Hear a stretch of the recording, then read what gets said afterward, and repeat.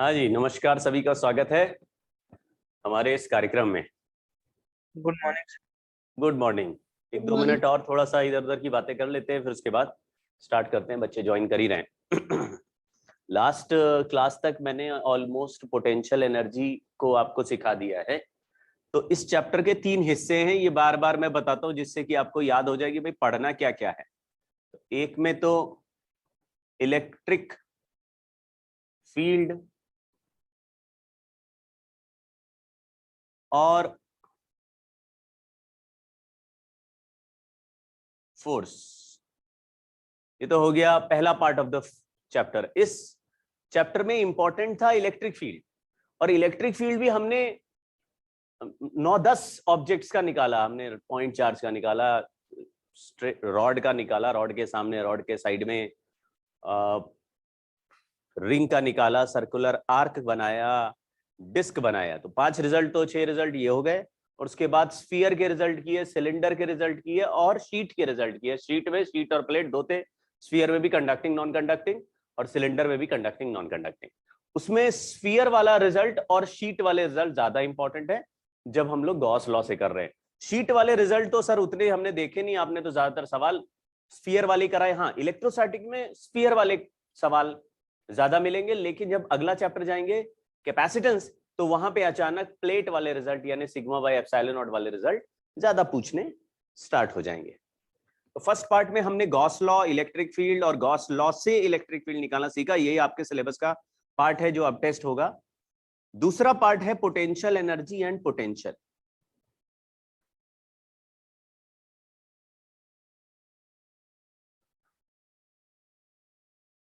Potential energy एक general property होती है जो जहां पर भी कंजर्वेटिव फोर्स होता है वहां पे पोटेंशियल एनर्जी की प्रॉपर्टी बनाई जा सकती है। यहां पे हमने पोटेंशियल एनर्जी बनाई 2 पॉइंट चार्ज के सिस्टम की। 2 पॉइंट चार्ज हैं, उनके बीच का सेपरेशन आ रहा है, पॉइंट चार्ज होना जरूरी है, और एक Q1 है एक Q2 है। तो पोटेंशियल एनर्जी का फॉर्मूला बना दिया K Q1 Q2 bye R, ये हमारा फॉर्मूला है। और इंफिनिटी में पोटेंशियल एनर्जी 0 है। ये 2 रिजल्ट हमने याद कर लिए। अब जब हमसे कोई पोटेंशियल एनर्जी पूछेगा कि भाई पोटेंशियल एनर्जी सवालों में लिखो, तो हम इसी फॉर्मूले से लिखेंगे, यही फॉर्मूला याद करके जाएंगे। हालांकि आपको पता है कि फॉर्मूला बदल भी सकता है, अगर इंफिनिटी पे 0 नहीं माने तो फिर ये वाला आंसर भी बदल जाएगा। इंफिनिटी पे 50 माने तो यहाँ भी 50 ऐड हो जाएगा, इंफिनिटी पे 100 माने तो यहाँ भी 100 ऐड हो जाएगा। लेकिन हमारा जो पॉपुलर अजम्पशन है वो यही है। तो इसी से हम लोग सारे लोग फिजिक्स वाले, हम लोग सब एक साथ यही फॉर्मूला लगा के सॉल्व करेंगे। सवाल कैसे बनते हैं?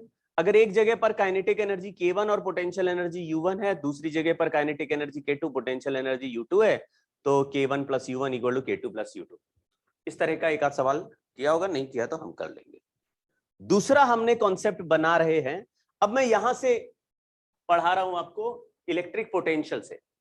हालांकि किसी एक बैच में इलेक्ट्रिक पोटेंशियल थोड़ा सा डिफाइन कर दिया, किसी में नहीं, इसलिए मैं इलेक्ट्रिक पोटेंशियल फिर से शुरुआत से बताता हूं। इलेक्ट्रिक पोटेंशियल इलेक्ट्रिक फील्ड की तरह, सिमिलर टू इलेक्ट्रिक फील्ड, एक ऐसा प्रॉपर्टी बनेगा जिसमें हम एक चार्ज की पोटेंशियल एनर्जी बनाने की टेंडेंसी को सीखेंगे। इसका क्या मीनिंग है? अगर कोई एक चार्ज रखा है तो चार्ज अपने चारों तरफ की दुनिया में एक ऐसा इफेक्ट क्रिएट करता है जिसकी वजह से वो चार्ज दूसरे चार्ज पर फोर्स लगाता था। इस इफेक्ट को फील्ड कहते हैं। मतलब कहीं पर भी चार्ज रखा है तो उसने अपने चारों तरफ एक ऐसी दुनिया, एक ऐसा स्पेस में कुछ ऐसी मैजिकल पावर जनरेट कर रखी है जिसमें दूसरा चार्ज एंटर करेगा तो पहला वाला चार्ज उसको फोर्स लगाएगा। आप कहते हैं the ability of charge to apply force on other charges is called its electric field. अब आप कहो कि ability of a charge to make potential energy with other charges is called its electric potential. तो इसका क्या meaning है? मैंने अगर आपको बोला कि चार्ज के फील्ड में एक पॉइंट ऐसा है जहां पे मैंने 4 कूलम चार्ज रखा, तो इस चार्ज का, ये चार्ज Q है, इस चार्ज का ये जो टेस्ट चार्ज हमने रखा, इसके साथ मुझे पोटेंशियल एनर्जी दिख रहा है, मान लो 60 जूल। तो मैंने 60 जूल पोटेंशियल एनर्जी को 4 कूलम चार्ज से डिवाइड किया, तो पर यूनिट चार्ज एनर्जी बनाने की टेंडेंसी आ गई 15 जूल पर कूलम। तो मैंने कहा ये जो 15 जूल पर कूलम है, यही पोटेंशियल ऑफ चार्ज Q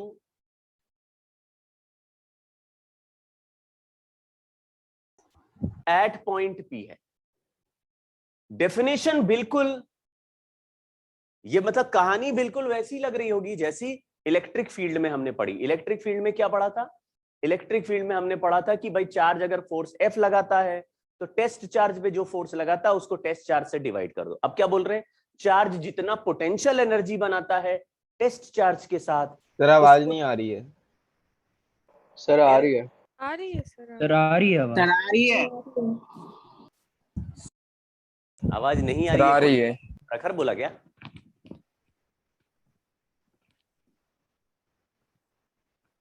आवाज नहीं। ओए प्रखर,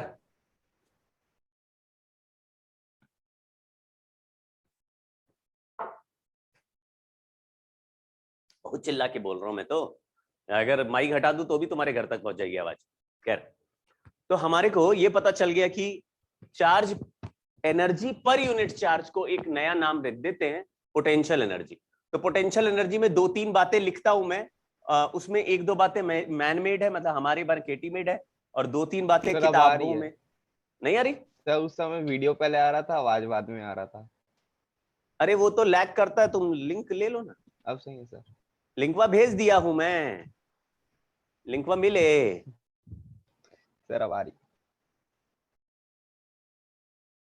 ये लो, वैसे ग्रुप में मैंने लिंक भेज दिया है, आप लिंक से ज्वाइन कर लीजिए। इलेक्ट्रिक पोटेंशियल में हमने लिखा ability of a charge Q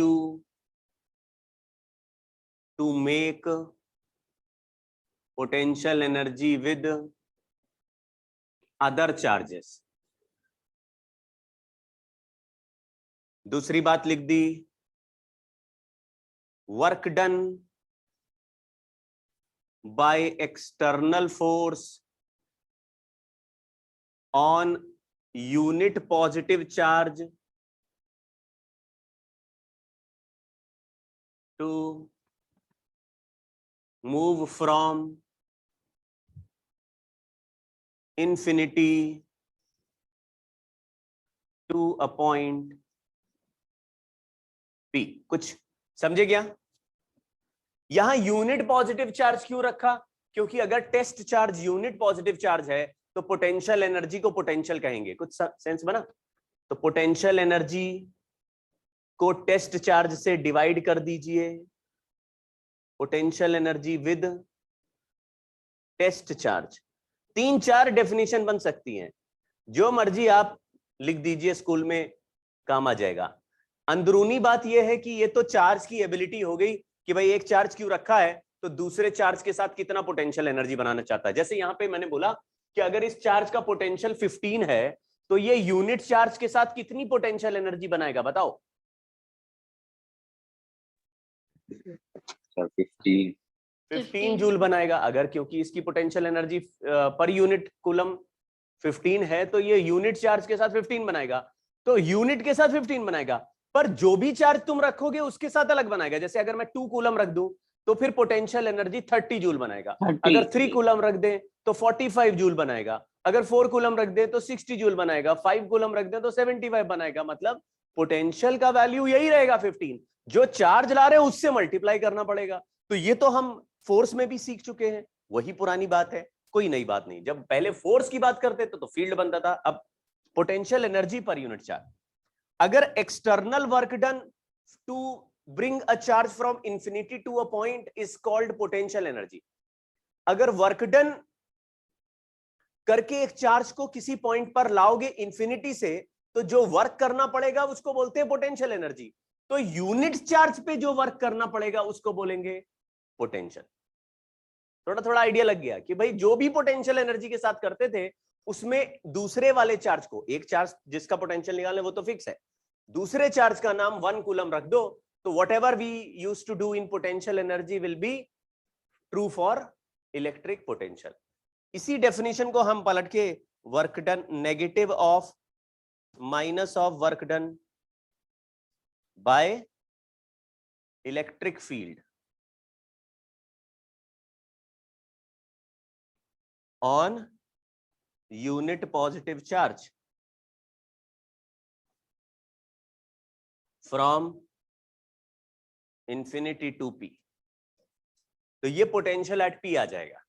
ये सारी डेफिनेशंस ये दो आखिरी वाली किताबों में मतलब स्कूल में लिखी जाती हैं, और ये तो हमारा अपना समझ है।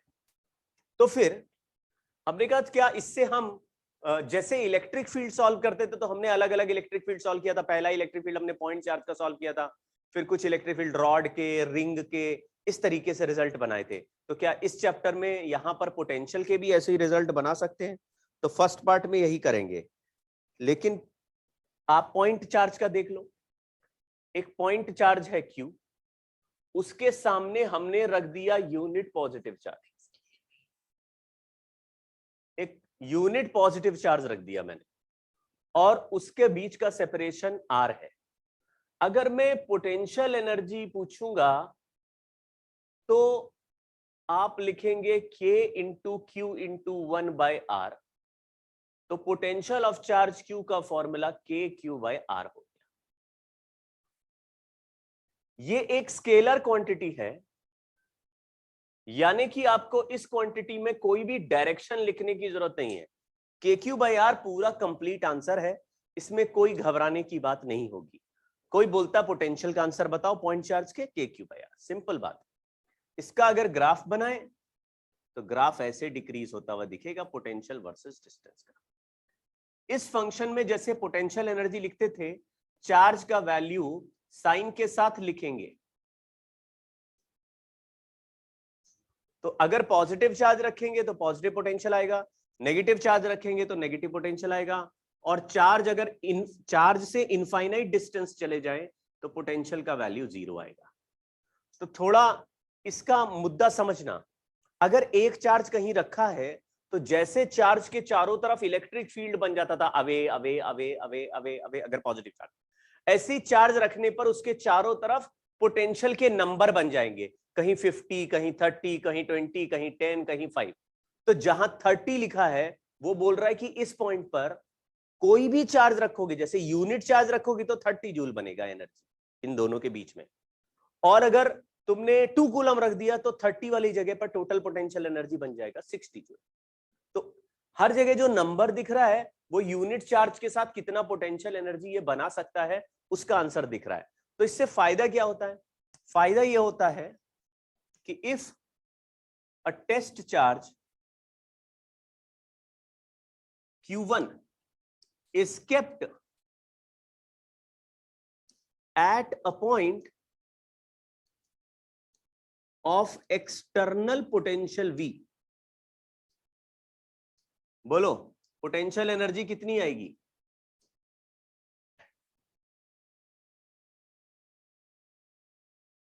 हाँ जी, पोटेंशियल एनर्जी ऑफ सिस्टम क्या हो जाएगी बोलो?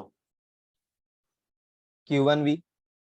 हाँ, इस सिस्टम की पोटेंशियल मतलब ये दो लोगों की आपस की पोटेंशियल एनर्जी है। किसकी किसकी पोटेंशियल एनर्जी है ये?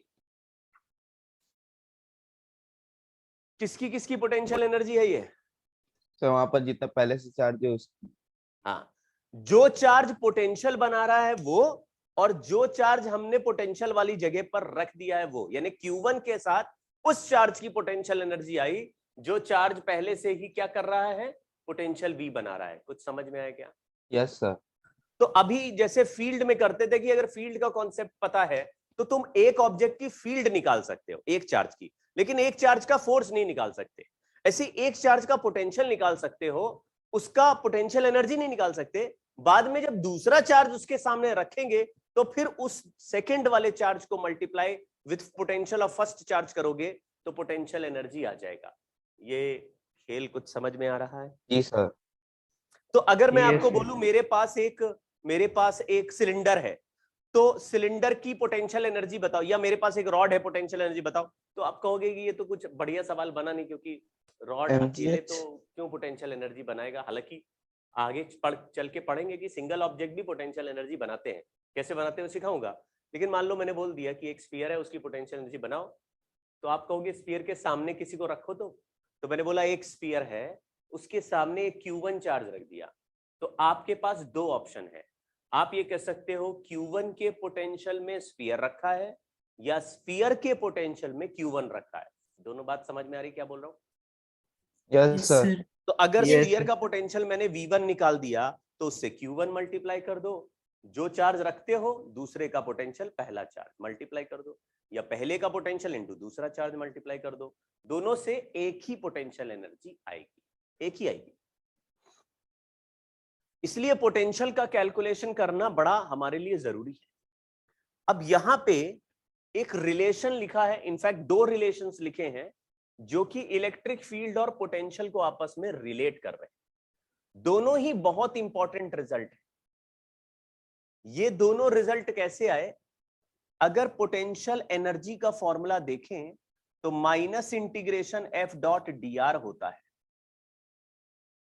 अगर मैं इस साइड भी उसी टेस्ट चार्ज से डिवाइड कर दूं या यूनिट पॉजिटिव चार्ज से डिवाइड कर दूं तो potential energy divided by test charge करने से पोटेंशियल आता है, लेकिन ये पोटेंशियल एनर्जी का डिफरेंस है, तो इसको टेस्ट चार्ज से डिवाइड करने से पोटेंशियल डिफरेंस आएगा। ये डीवी का integration potential difference minus integration R1 से R2 फोर्स अपॉन चार्ज को इलेक्ट्रिक फील्ड लिख दिया E डॉट डी आर।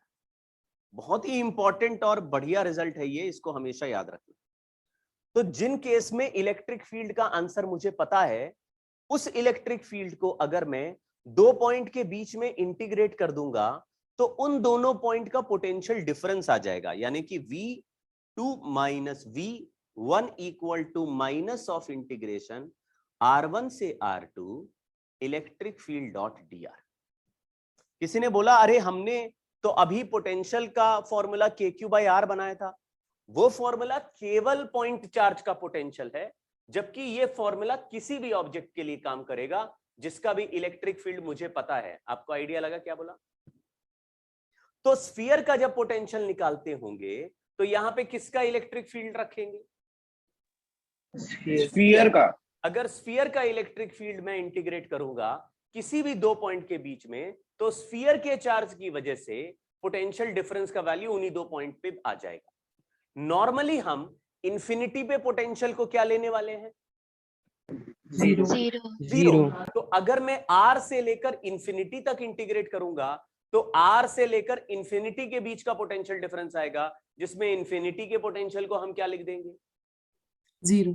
तो क्या हमें R वाले पोजीशन का पोटेंशियल का वैल्यू पता चल जाएगा?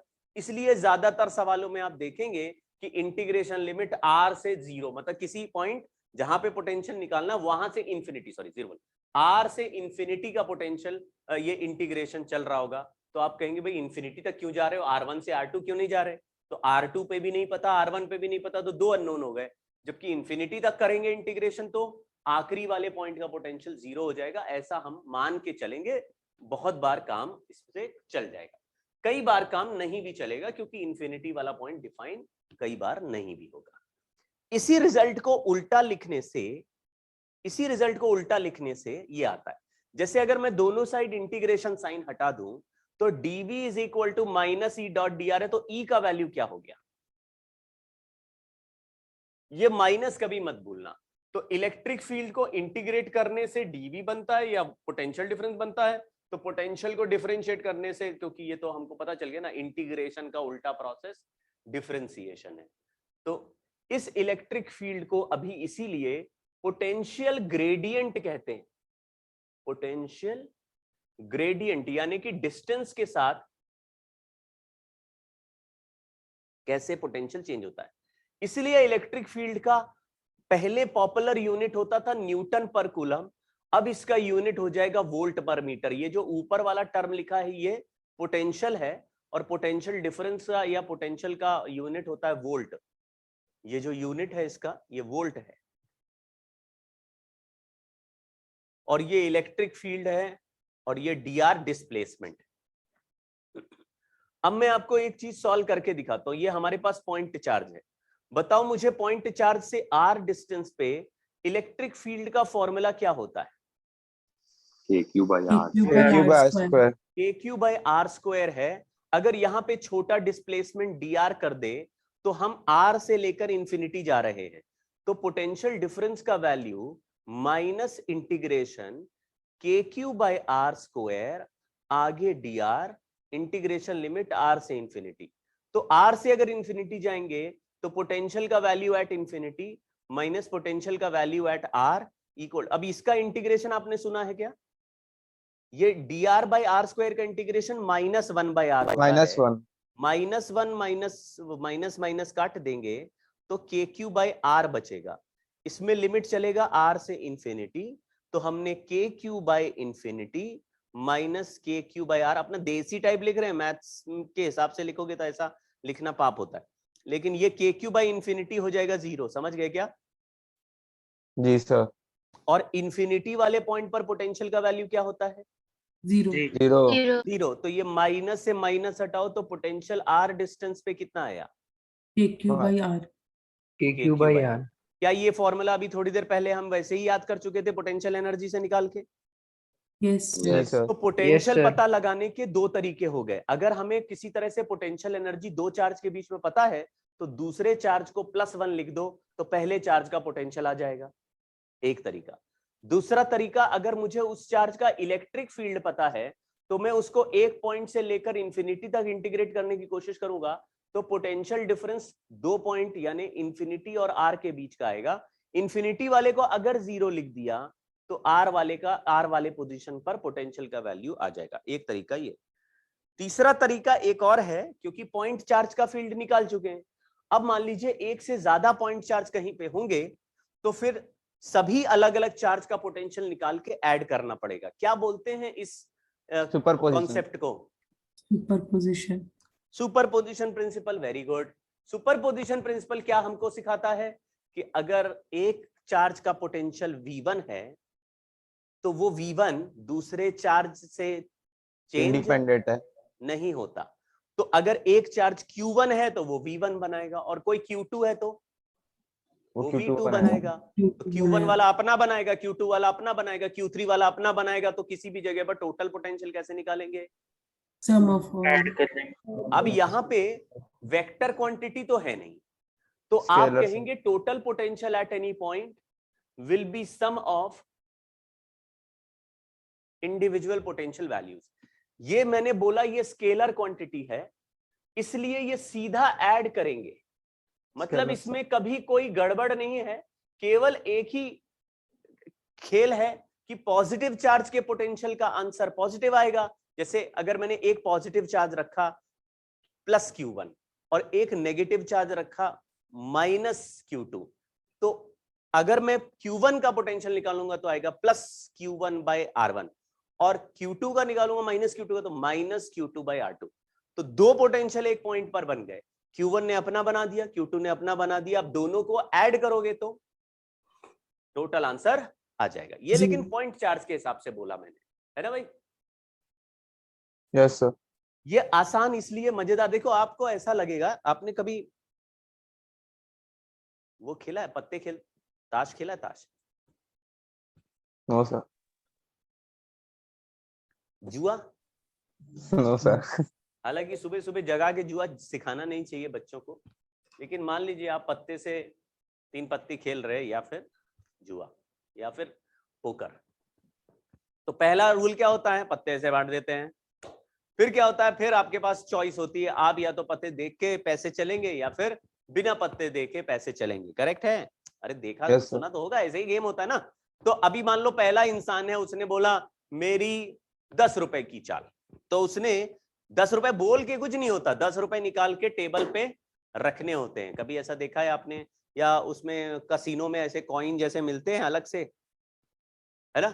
5,000 रुपए का भी एक कॉइन है, 10,000 रुपए का भी है, 2 लाख रुपए का भी है, वो ऐसे कॉइन जैसा रख देते हैं बीच में, ये मेरी 10 रुपए की चाल। तो फिर दूसरा वाला बंदा क्या बोलता है? अब उसके पास चॉइस है, या तो वो निकल लेगा, वो कहेगा पत्ते छोड़ के निकल लेगा कि भाई मैं नहीं खेलता, या फिर वो उसके पास चॉइस है, उसको खाली नहीं बैठ सकता, वो क्या करेगा? वो कहेगा मेरी भी 10 रुपए की चाल। अब बताओ टेबल पे कितने रुपए आ गए? 20 रुपए। और सामने तीसरा बंदा बैठा है, उसने कहा मेरी भी 10 रुपए की चाल। तो ऐसा थोड़ी ना होता कि एक इधर से ने बोला मेरी 10 की चाल और सामने वाले ने भी बोला 10 की चाल, तो 10-10 कट के 0 हो गए क्या? नहीं। क्या हो गए? कितने हो गए? अभी ये 3 लोगों ने 10 रुपए डाल दिए तो कितने हो गए? 30 रुपए हो गए। ऐसे जितने लोग 30 रुपए बैठेंगे अगर सब 10-10 रुपए डालते जाएंगे तो फिर टोटल टेबल पे जो क्वांटिटी है उसमें ऐड ही होता जाएगा। समझे क्या? बिल्कुल ऐसे ही सुपरपोजिशन प्रिंसिपल है। अगर चार्ज है तो उसको पोटेंशियल बनाना ही है। अगर 2 चार्ज हैं तो 2 पोटेंशियल बनेंगे, अगर 3 है तो 3 बनेंगे, और सबको वैल्यू वाइज ऐड कर देना पड़ेगा। बस किसी के पास चॉइस नहीं है कि भाई तुम बना लो, आज हम नहीं बनाते, मैं कल बना लूंगा डबल, ऐसा नहीं है। जो चार्ज है वो अपना पोटेंशियल बनाएगा, सब अपना अपना बनाएंगे। फिर टोटल कैसे निकालेंगे? सबको ऐड कर देंगे। बहुत सिंपल है इसमें कॉन्सेप्ट, है ना? सभी चार्ज पोटेंशियल बनाएंगे। तो तीसरा तरीका ये, मैं आपको फिर से रिपीट करता हूं। अब हम लोग जो इस चैप्टर के इस पार्ट में हम पोटेंशियल के कैलकुलेशन सीखेंगे।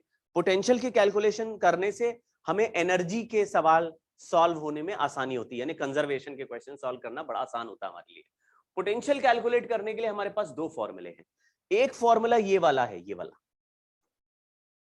ये फॉर्मूले में इलेक्ट्रिक फील्ड के आंसर हमें ऑलरेडी पीछे से कैलकुलेटेड है, तभी तो पहले पार्ट में इलेक्ट्रिक फील्ड पढ़ा। और अलग अलग इलेक्ट्रिक फील्ड को इंटीग्रेट करते जाएंगे, 2 पॉइंट के बीच में 2 पॉइंट का पोटेंशियल डिफरेंस आएगा, एक इंफिनिटी होगा तो पोटेंशियल आ जाएगा। दूसरा तरीका हमने देखा कि अगर मुझे छोटे छोटे छोटे छोटे पॉइंट चार्ज में डिवाइड हो जाए ऑब्जेक्ट, तो एक पॉइंट चार्ज का पोटेंशियल का फॉर्मूला KQ/R करके आता है, दूसरे का भी आता है, तीसरे का भी आता है, तो सबके लिए इंटीग्रेट या ऐड कर देंगे तो आंसर टोटल पोटेंशियल का आ जाएगा। तो इंटीग्रेशन dV लिख दिया और dV की जगह K dQ/R लिख दिया। ये कोई समझा क्या? Yes. हमने बड़े ऑब्जेक्ट को किस में कन्वर्ट कर लेना है? इसमें कन्वर्ट कर दिया बड़े ऑब्जेक्ट को छोटे छोटे पार्टिकल्स में। जैसे रॉड का अगर पोटेंशियल निकालना होगा तो रॉड में एक छोटा पार्टिकल बनाएंगे, क्या बोल देंगे उसको? DQ। अगर वो छोटा पार्टिकल है तो उसका पोटेंशियल भी छोटा सा dV बनेगा। लेकिन ऐसे DQ के सारे पोटेंशियल को ऐड करने के लिए कौन सा कंपोनेंट इंटीग्रेट करना है? DQ। समझ गए क्या? कंपोनेंट इसमें नहीं होता। याद है आपको इलेक्ट्रिक फील्ड में मैंने बोला था 3 स्टेप होते हैं। पहले आप छोटा चार्ज ऑब्जेक्ट DQ बनाएंगे, फिर DQ का फील्ड निकालेंगे, फिर चेक करेंगे कि cos थीटा sin थीटा किस तरह से कंपोनेंट बन रहे हैं और कौन सा ऐड करना पड़ेगा, कौन सा सब्ट्रैक्ट करना पड़ेगा। थोड़ा थोड़ा आइडिया लगा गया? Yes sir. लेकिन यहाँ पे पोटेंशियल के लिए कोई कंपोनेंट करने की जरूरत नहीं है। यहाँ पे 2 ही स्टेप है। DQ तोड़ा, DQ का पोटेंशियल निकाल दिया और फिर उसको ही इंटीग्रेट कर दिया, उसमें कंपोनेंट लगाने की जरूरत नहीं है। ठीक है। अब जैसे मैं आपको एक सवाल पूछता हूं, मान लीजिए हमारे पास यहाँ पे एक चार्ज Q है, यहां पर भी एक चार्ज Q है, दोनों फिक्स्ड चार्जेस हैं। उसके सामने इनके बीच का डिस्टेंस 2a है और इनके मिड पॉइंट से x डिस्टेंस पे एक पॉइंट P है। सवाल पूछा है P पॉइंट पर पोटेंशियल बताओ, तो पोटेंशियल एट पॉइंट P बताओ। तो आपने बोलना है KQ/R1 प्लस KQ/R2। ये देखो दोनों चार्ज Q हैं, सेपरेशन भी सेम ही लग रहा है। यहां से P पॉइंट का कितना डिस्टेंस है? √4a² + x²। और यहां से भी वही लग रहा है। जी सर। तो ये R हो गया। अब आंसर बोलो।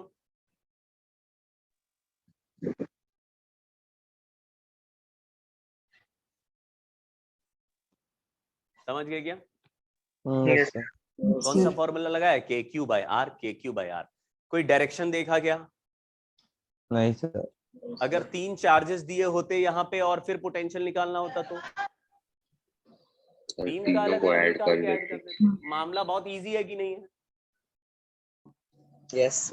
अभी एक चार्ज के पोटेंशियल का फॉर्मूला, जैसे फील्ड का फॉर्मूला KQ/R² याद रहता था, क्या KQ/R पॉइंट चार्ज का पोटेंशियल ऐसा याद रख पाओगे? Yes sir. Yes sir. अब एक सवाल कर लेते हैं प्रैक्टिस के लिए, देखो पढ़ो।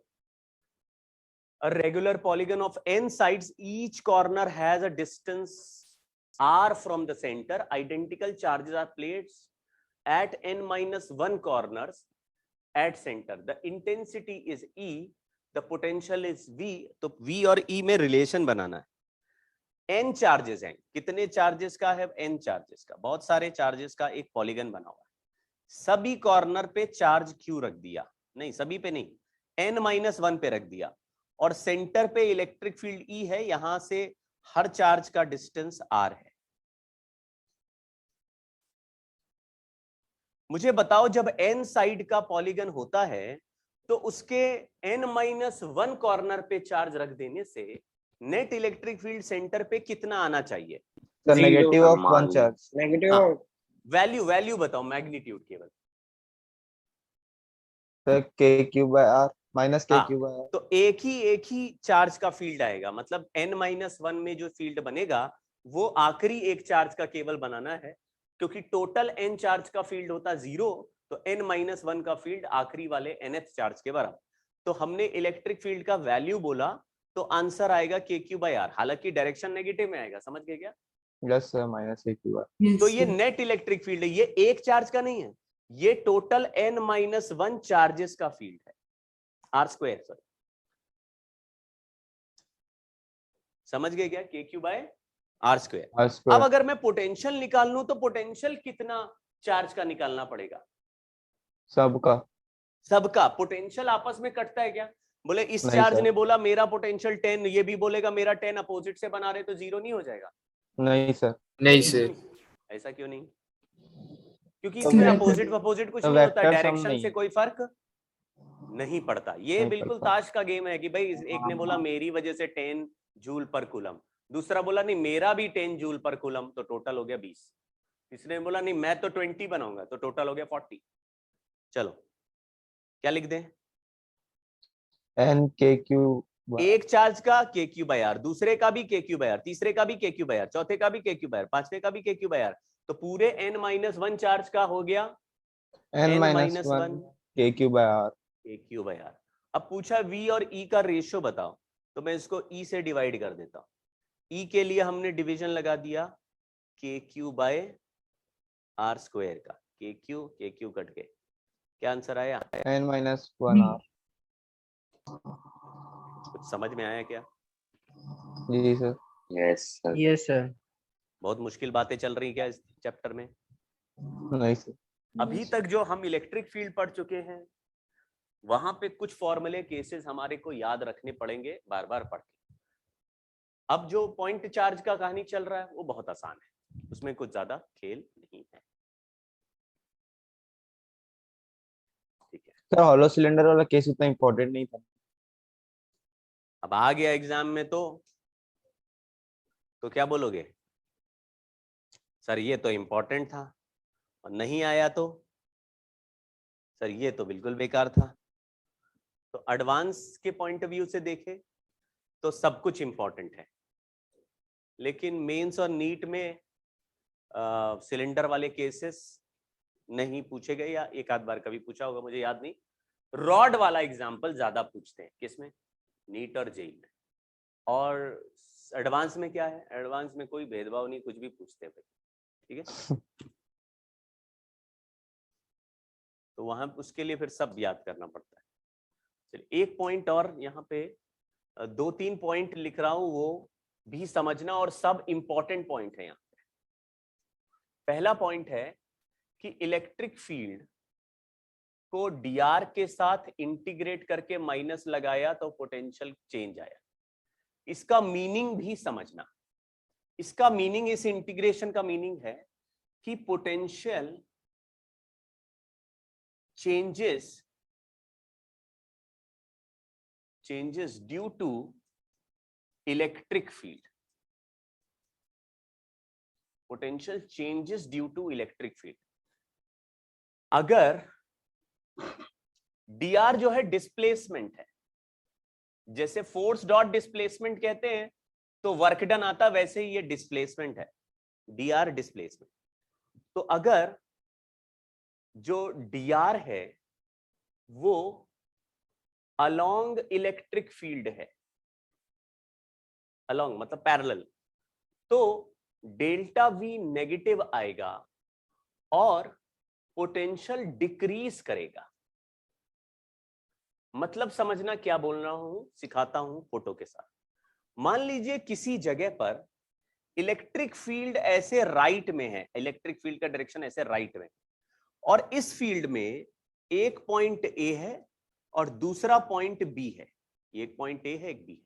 तो ए पॉइंट पर पोटेंशियल का वैल्यू वीए हो गया, बी पॉइंट पर पोटेंशियल का वैल्यू वीबी हो गया। हमें ये पोटेंशियल का वैल्यू नहीं पता लगाने, केवल ये अगर कोई पूछे वीए और वीबी में से बड़ा नंबर कौन सा है और छोटा नंबर कौन सा है, मतलब ज्यादा पोटेंशियल कौन सा है, कम पोटेंशियल कौन सा है, तो आप कहेंगे देखो अगर ए से बी चल के जाएं तो हमारा जो डिस्प्लेसमेंट है इलेक्ट्रिक फील्ड के डायरेक्शन के अलोंग है या उसका अपोजिट है। Along. अगर हम इलेक्ट्रिक फील्ड के लाइन पे चलेंगे तो इलेक्ट्रिक फील्ड मान लो आई कैप में है और डिस्प्लेसमेंट भी आई कैप में है, तो इनका डॉट प्रोडक्ट पॉजिटिव आएगा, पॉजिटिव है। लेकिन सामने लिखा है माइनस साइन, तो पॉजिटिव नंबर को नेगेटिव से मल्टीप्लाई करेंगे तो ये नेगेटिव पूरा आएगा। आंसर कैसा आएगा, नेगेटिव।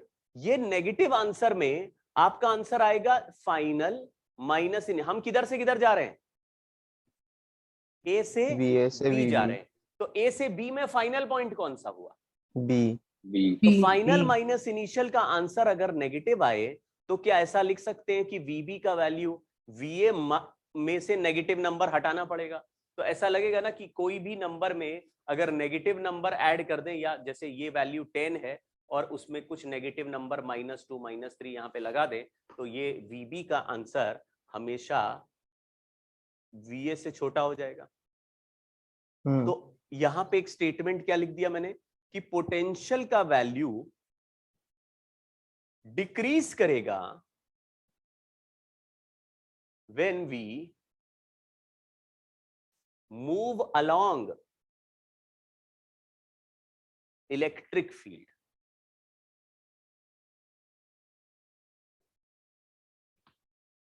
तो अगर मान लीजिए इलेक्ट्रिक फील्ड एक्स एक्सिस में है और इलेक्ट्रिक फील्ड के डायरेक्शन में ही तुम ऐसे डिस्प्लेस होते जाओ, तो तुम पहले जिस पॉइंट पे थे उनके पोटेंशियल के वैल्यू हायर रहे होंगे और आगे जाने पर पोटेंशियल के वैल्यूज इलेक्ट्रिक फील्ड के अलोंग चले तो डिक्रीज होंगे। जैसे आप पहला वाला पॉइंट था जब वहां पे पोटेंशियल का वैल्यू 100 वोल्ट था, तो आप आगे बढ़े तो आपको क्या नंबर एक्सपेक्ट करना चाहिए, 90 या 110? 100. अगर आप 90. फील्ड के डायरेक्शन में चल रहे हैं तो 100 से 90 वाला पॉइंट मिलेगा, और आगे बढ़ेंगे तो 80 मिलेगा, और आगे बढ़ेंगे तो 70 मिलेगा। समझ गए क्या? Yes sir. Yes, sir. अब अगर मैं आपसे पूछूं, हमारे पास बैटरी होती है, आपने बैटरी कभी देखी, बैटरिया यस सर। छोटा सा सेल है मान लो, Yes, सेल sir. कभी ऐसे पेंसिल सेल या जो सेल होते हैं उनको ऐसे हाथ में रखो तो आपको दिखेगा एक साइड प्लस लिखा है एक साइड माइनस लिखा है। समझ गए क्या? Yes sir. Yes, sir. एक साइड प्लस लिखा है एक साइड माइनस लिखा है, कौन सा पॉइंट हायर पोटेंशियल मानते हैं? नेगेटिव वाला। पॉजिटिव वाला पोटेंशियल टर्मिनल हायर है और नेगेटिव वाला लोअर है। तो मुझे बताओ उस सेल को ऐसे देखे तो ऐसे इमेजिन करें कि उसके अंदर इलेक्ट्रिक फील्ड होगी, तो वो किधर से किधर होगी, तो वो हमेशा हायर से, देखो ये पॉइंट हायर पोटेंशियल है और ये पॉइंट लोअर है, तो इलेक्ट्रिक फील्ड किस डायरेक्शन में हमेशा फ्लो करती हुई दिखेगी, higher to lower. Higher to lower. इसलिए वायर कनेक्ट करते हैं तो चार्ज भी, पॉजिटिव चार्ज भी किधर भागने की कोशिश करता है, higher to lower. Higher to lower, क्योंकि इलेक्ट्रिक फील्ड का जिस डायरेक्शन होगा, अगर मैं चार्ज छोड़ दूं पॉजिटिव चार्ज ए पर, तो पॉजिटिव चार्ज ए पर छोड़ा और फील्ड है आगे की तरफ यानी राइट की तरफ, तो इस पॉजिटिव चार्ज पे फोर्स किस डायरेक्शन में लगेगा, Right. राइट की तरफ लगेगा। तो चार्ज ए पे छोड़ दे तो अपने आप सरकते हुए बी पे आएगा। तो आपने कहा सर ये तो हमने पहले भी पढ़ा है कि charge always moves from positive to negative, terminal to negative. Positive terminal to negative terminal, या लेकिन ये तो जनरल बात भी है कि Higher charge, terminal. Positive charge हमेशा मूव करेगा higher potential to lower potential. Lower potential. ये दुनिया का फैक्ट है, क्योंकि सिस्टम स्टेबिलिटी के लिए हमेशा हायर पोटेंशियल एनर्जी से लोअर पोटेंशियल एनर्जी पे जाना चाहता है। जहां पोटेंशियल ज्यादा है वहां पे चार्ज की पोटेंशियल एनर्जी भी ज्यादा हो जाएगी पॉजिटिव चार्ज की, और जहां पे पोटेंशियल कम है वहां पोटेंशियल एनर्जी भी कम हो जाएगी। फिर से सुनो, अगर मैं किसी Q1 चार्ज को इस पॉइंट पे रख दूं जहां पे पहले से ही पोटेंशियल VA है, तो यहाँ पे चार्ज Q1 का पोटेंशियल एनर्जी कितना हो जाएगा? आप कहेंगे सर अभी Q1 VA। Q1 into VA, और यहाँ पे कितना हो जाएगा B point, Q1 VB। Q1 into VB। तो लेकिन VA का वैल्यू बड़ा है VB से, तो आपको लगेगा पहले वाली पोटेंशियल एनर्जी ज्यादा है और बाद वाली कम है। इसका कम। मतलब चार्ज अपने आप किधर से किधर खिसकेगा, A to B। हायर से। Low. अगर एक पत्थर को हवा में छोड़ दूं तो किधर जाता है, नीचे या ऊपर? छोड़ दूं नीचे। नीचे क्यों जाता है? क्योंकि हायर पोटेंशियल एनर्जी से lower, lower, समझ गए क्या? अगर एक कंडक्टिंग रॉड में एक साइड टेम्परेचर T1 और दूसरे साइड T2 टेम्परेचर हो, तो इसमें हीट किधर से किधर ट्रेवल करता है? Higher to lower, higher temperature से लोअर टेम्परेचर। एक बलून में गैस भर दूं, दूसरे बलून में भी गैस भर दूं, बीच में ट्यूब लगा दूं, तो गैस किधर से किधर फ्लो करती है? higher pressure to higher to lower pressure, lower pressure. समझ गए Lower क्या? दुनिया में जो क्वांटिटीज बन रही है, इन सभी क्वांटिटीज से एनर्जी एसोसिएटेड है। हायर प्रेशर मतलब हायर एनर्जी बनने वाली है, तो हायर प्रेशर से लोअर प्रेशर, हायर टेम्परेचर से lower temperature, higher potential to lower potential. ठीक है, तो potential decreases when we move along electric field. दूसरी बात, इसका उल्टा लिख देते हैं कि if we move opposite to electric field, क्या होगा? Potential Yes. increases, increases। अब इसको डिफाइन नहीं करे ज्यादा, ठीक है? If we move perpendicular to electric field, potential difference will be zero। देखो, अगर परपेंडिकुलर चलेंगे तो डॉट प्रोडक्ट में cos 90 हो जाएगा। समझ गए क्या? डॉट प्रोडक्ट समझते हो? cos Yes, sir. 90 का मतलब डॉट प्रोडक्ट जीरो हो जाएगा। जीरो हो जाएगा तो पोटेंशियल डिफरेंस जीरो हो जाएगा। इसका मतलब है V1 इक्वल टू V2 हो जाएगा। हम बोलेंगे ऐसे पॉइंट्स को, कौन सा पॉइंट? इक्विपोटेंशियल। इक्विपोटेंशियल। तो मान लीजिए कहीं पर भी इलेक्ट्रिक फील्ड एक्स एक्सिस में है और हमको एक पॉइंट यहां और दूसरा पॉइंट यहां दिया, बोला 1 से 2 चल के जाओ। तुमने देखा यार 1 से 2 चल के जाते हैं तो हम हमेशा इलेक्ट्रिक फील्ड के परपेंडिकुलर ही चल रहे हैं। 1 और 2 दोनों point perpendicular to electric field रखे हुए, तो V1 और V2 का वैल्यू क्या हो जाएगा? सेम हो जाएगा। और V1 V2 को मिला के अगर कोई सरफेस बना ले, तो उस सरफेस का हर पॉइंट अगर ऐसे परपेंडिकुलर टू इलेक्ट्रिक फील्ड रखा है, तो क्या ऐसा बोल सकते हैं कि इस सरफेस के हर पॉइंट का पोटेंशियल सेम है? yes, Yes. तो ऐसे सरफेस को जिसके हर पॉइंट का पोटेंशियल सेम आए, उसको if surface is perpendicular to electric field, तो उस सरफेस का नाम क्या रख देंगे बताओ? equipotential surface, इक्विपोटेंशियल सरफेस का हर पॉइंट इलेक्ट्रिक फील्ड के परपेंडिकुलर दिखाई देगा। समझ गए क्या? sir। हाँ जी। तो ये सेकंड पॉइंट था, उसका मतलब ये हुआ कि मतलब उसमें अगर नेगेटिव चार्ज का फील्ड बना रहे तो इन्फिनिटी पे कभी भी जीरो नहीं हो पाएगा। सेकंड पॉइंट का तो मतलब अगर नेगेटिव चार्ज का अपन फील्ड बना, मतलब पोटेंशियल निकाले, तो वो पोटेंशियल कभी भी इन्फिनिटी पे जीरो नहीं हो पाएगा ना फिर तो। क्यों? तो क्योंकि वो टुवर्ड्स आएगा तो सर वो इंक्रीज होगा ना, मतलब टुवर्ड्स चार्ज अगर ट्रेवल करेगा तो पोटेंशियल इंक्रीज होगा। हाँ, इंक्रीज होगा, बिल्कुल सही। लेकिन नेगेटिव चार्ज कैसा पोटेंशियल ही बनाता है? नेगेटिव। यस। तो आप हाँ, उल्टा सर। सोचो, इन्फिनिटी पे जीरो है और उसके बाद अंदर आने पे डिक्रीज कर रहा है, तो इन्फिनिटी पे अगर किसी का वैल्यू जीरो है और उसको जीरो से भी डिक्रीज करना है, तो अंदर हर पॉइंट पे पोटेंशियल के आंसर कैसे आएंगे? Yes sir, decrease. जीरो से कम नंबर आएंगे। जीरो से कम नंबर कौन से होते हैं नंबर लाइन में? सर नेगेटिव ज्यादा होता है। नेगेटिव। तो नेगेटिव चार्ज कैसा पोटेंशियल बना रहा है? नेगेटिव बना रहा है, तो वो इन्फिनिटी पे जीरो और अंदर हर जगह नेगेटिव बना, तो पोटेंशियल तो घटता ही जा रहा है। ठीक तो है? Yes sir. थोड़ा सोच लीजिएगा इस सब के बारे में, थोड़ा पिक्चर बनाएंगे तो बढ़िया। फिर हमने ये तो देखो इलेक्ट्रिक फील्ड दिया, ये इलेक्ट्रिक फील्ड कैसा लग रहा है? वेरिएबल मतलब नॉन यूनिफॉर्म है कि यूनिफॉर्म है? Variable.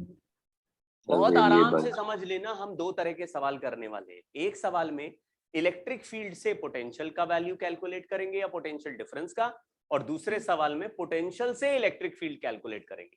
दोनों तरीके के एक एक सवाल करा रहा हूं, बहुत आराम से देखना। कम से कम 10 सवाल आपको डीपीपी में इस तरह के मिलेंगे। मैं बोला कम से कम 10 सवाल ऐसे मिलेंगे जिसके आपको फील्ड से पोटेंशियल बनाना होगा या पोटेंशियल से फील्ड। फॉर्मूला हमारे पास है potential difference equal to minus integration E dot d r. कोई प्रॉब्लम है इस फॉर्मूले में? नहीं सर। चलिए, माइनस लगाया, इंटीग्रेशन करना है। इलेक्ट्रिक फील्ड का जो फंक्शन लिखा है वही लिख दिया, +3y² जे कैप माइनस 4k कैप, और जो डिस्प्लेसमेंट है उसमें लिख दिया dx i cap plus dy j cap plus dz k cap. ये कोई समझा क्या? ये dx i cap dy j cap ये समझते हो? Yes, yes, sir. कि नॉन यूनिफॉर्म इलेक्ट्रिक फील्ड है इसलिए इंटीग्रेट करना ही पड़ेगा। तो small displacement along x axis मतलब आई कैप वाले डायरेक्शन में small displacement is called dx, J cap के साथ dy। ये हमेशा फिक्स है, ये कुछ भी हो सकता है, ये ऐसा ही फिक्स रहेगा। अगर यहां फंक्शन केवल आई कैप जे कैप में होता तो इधर भी हम केवल क्या ले लेते? आई कैप जे ठीक है। कैप। आई कैप और I जे cap कैप और वाला ही J टर्म cap। लेते, यानी dx i cap dy j cap. अगर यहाँ पे r का फंक्शन होता तो यहाँ पे dr ले लेते, यहाँ पे केवल जे कैप वाले रिजल्ट होते तो यहाँ केवल dy ले लेते। आप लोग समझ पा रहे हो कि लल्लू हो? पहचान लोगे ना भाई, उधर भी एक्स वाई जेड है तो इधर भी डिस्प्लेसमेंट में एक्स वाई जेड। अब बताओ कहां से कहां जाना है? तीनों कोऑर्डिनेट चेंज हो रहे हैं कि नहीं? Yes sir. Yes. तो फिर Yes, अब yes, इसको sir. डेल्टा वी के लिए माइनस इंटीग्रेशन, आगे लिखा 2x 2x dx dx, फिर यहां minus integration 3y y square dy dy, और फिर प्लस इंटीग्रेशन 4 dz हो गया, माइनस अंदर मल्टीप्लाई कर दिया। यहां पे लिमिट Yes, चल sir. रही है 0 to 1, यहां पे 0 to 2, यहां पे 0 to 3। लिमिट पहचान में आई? Yes sir. Yes, Yes, sir. sir. हाँ, तो 2x dx का इंटीग्रेशन क्या हो जाएगा? 2x sir. X square by X 2 करेंगे, square. 2 कट X जाएगा, तो ये square. आया Yes, x sir. x की पावर 2 हो जाएगा। 0 to 1 माइनस 3y स्क्वायर है तो y क्यूब बाई 3, तो ये y क्यूब हो गया 0 to 2 प्लस 4z 0 to 3। अब वैल्यू रखते हैं, यहां पे 1 रखेंगे तो 1 आ जाएगा, 0 माइनस एक्स रखेंगे तो स्क्वायर 0, 2 रखेंगे तो माइनस 8 8 आ जाएगा, और यहाँ 3 रखेंगे तो प्लस 12 12 12 आ जाएगा। अब ये हमारा आंसर क्या आया? Plus 3 plus plus 3. 3 वोल्ट लिख दो यहाँ। ये पोटेंशियल डिफरेंस का वैल्यू आया, किस दो पॉइंट के बीच में आया? इन दोनों पॉइंट के बीच में पोटेंशियल डिफरेंस आया। मतलब कहीं 0,0,0 था, कहाँ 1,2,3 था, इन दोनों के बीच का पोटेंशियल डिफरेंस आ गया। लेकिन इससे पोटेंशियल का वैल्यू नहीं पता चला, ये नहीं पता चला कि पहले पॉइंट पे पोटेंशियल क्या है या दूसरे पे क्या है। डिफरेंस पूछा है, डिफरेंस पूछा है, डिफरेंस आया। समझ गए? Yes, Yes. Positive Yes, sir. Answer हमको क्या बता रहा है? पॉजिटिव बता रहा है कि भाई हम इस पॉइंट से इस पॉइंट गए तो आगे वाले पॉइंट का पोटेंशियल ज्यादा है और पहले वाले पॉइंट का पोटेंशियल कम है।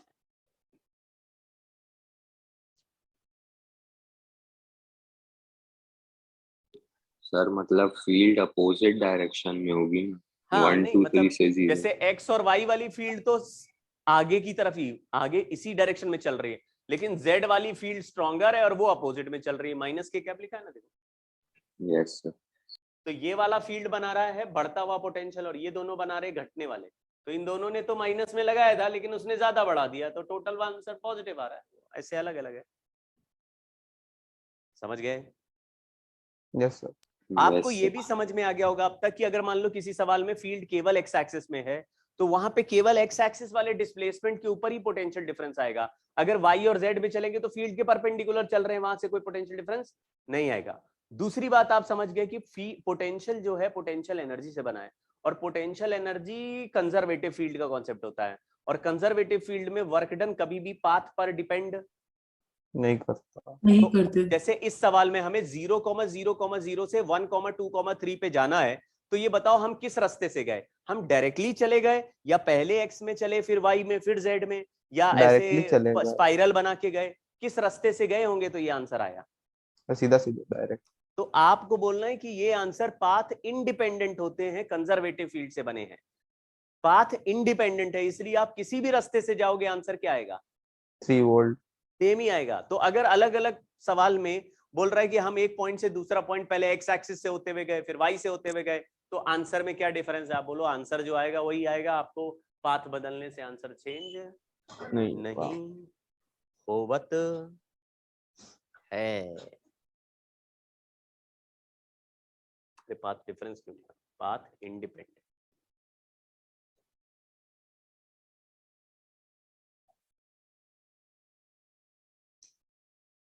करेक्ट? जी सर।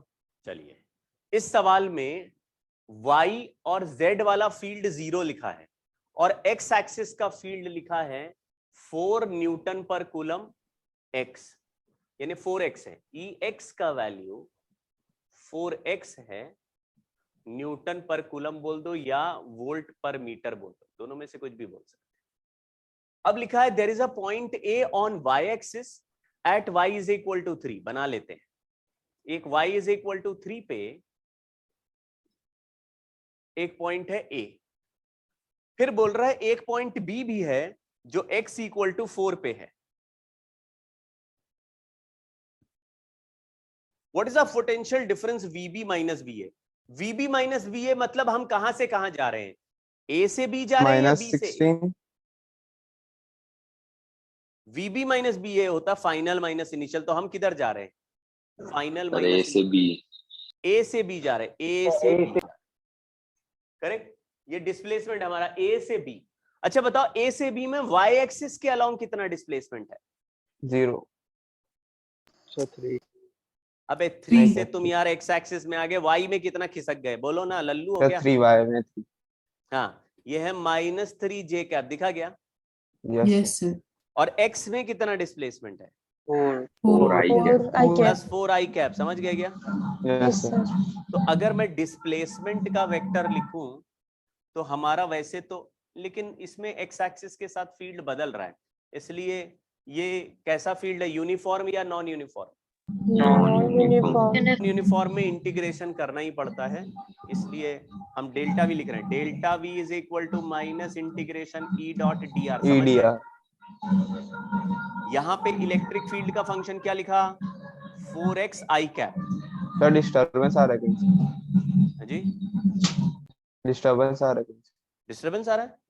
किसी बच्चे का माइक ओपन रहा होगा। सर अब बंद हो गया। हाँ, 4x i कैप लिख दिया, कोई प्रॉब्लम है क्या? नहीं सर।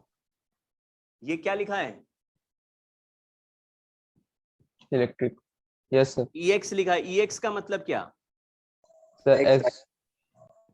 और यहाँ पे ey ez लिखे हैं, इसका मतलब क्या? वहाँ वो 0। दोनों फील्ड j कैप के कैप वाले हैं, उनका वैल्यू 0 है, और ex वाला जो x एक्सिस वाला फील्ड है उसका वैल्यू दिया है। तो ये मैंने i कैप क्यों लिख दिया, समझ में आ रहा है? Yes sir. Yes. Yes sir. आगे डॉट प्रोडक्ट लगाएंगे और आगे क्या लिख देंगे? dx i कैप प्लस, क्योंकि dy यहाँ जो डिस्प्लेसमेंट हो रहा है वो किस किस डायरेक्शन में हो रहा है? x में हो रहा है और y y में हो रहा है। इनिशियल पॉइंट कौन सा था? y। A. Yes sir. Final point 0. कौन सा है? 4,0.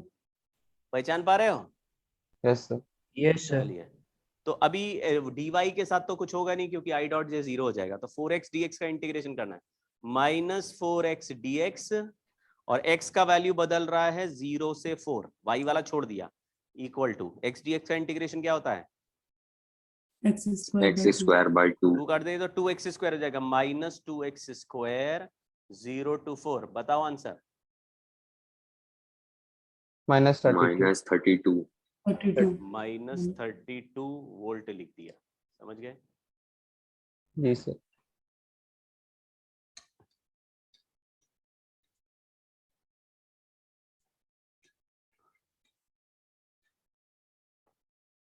इस सवाल में इलेक्ट्रिक फील्ड किस डायरेक्शन में है? आई कैप। आई कैप में है, इसलिए कौन से डिस्प्लेसमेंट पर ही पोटेंशियल डिफरेंस आएगा? आई I। कैप वाले तो डायरेक्शन। अगर मैं कहूं पहले A से B जाने के लिए पहले हम Y में चलते हैं बाद में X में चलते हैं, तो किस में पोटेंशियल डिफरेंस आएगा? x में Y चलने। चलने में या X चलने में? x चलने। तो अगर इस पॉइंट का पोटेंशियल VA है तो इस पॉइंट का पोटेंशियल भी VA होगा। कुछ समझ में आ रहा है क्या लिखा मैंने? Yes sir. चलिए, अब इलेक्ट्रिक पोटेंशियल दिया हुआ, देखो ये क्या लिखा है, K/R, और हमें क्या पता लगाना है? इलेक्ट्रिक फील्ड वेक्टर R के पोजीशन पे।